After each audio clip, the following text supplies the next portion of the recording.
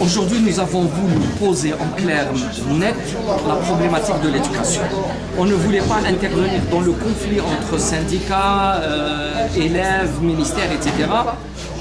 Tout simplement parce que d'abord on aurait été désigné du doigt comme voulant encore une fois instrumentaliser un conflit d'abord professionnel et social, et ensuite on ne veut pas poser en termes de revendication la problématique de l'éducation.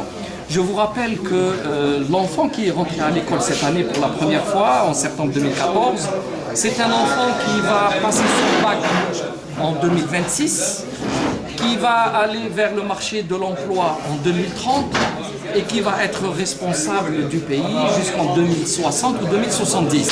Donc imaginons que dans les décennies, les décades à venir, en 2040, en 2050, ceux qui vont diriger l'Algérie, ce sont ces enfants-là qui viennent de rentrer à l'école.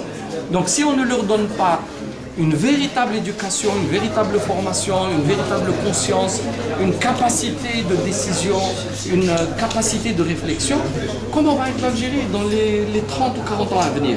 Donc c'est cela qui nous intéresse. Donc aujourd'hui, j'ai profité de cette occasion-là, donc cette conférence de presse dédiée exclusivement à l'éducation, pour faire un appel.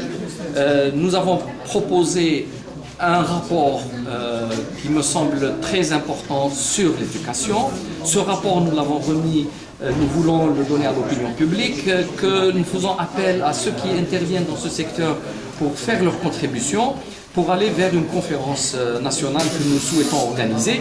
Mais l'essentiel, en fait, c'est d'aller vers les états généraux de l'éducation, remettre à plat et construire une véritable école algérienne sur la base d'une stratégie réfléchie et qui soit mise en œuvre sur 20 ans, 30 ans et qui ne soit pas dépendante des humeurs d'un ministre ou même d'un président de la République.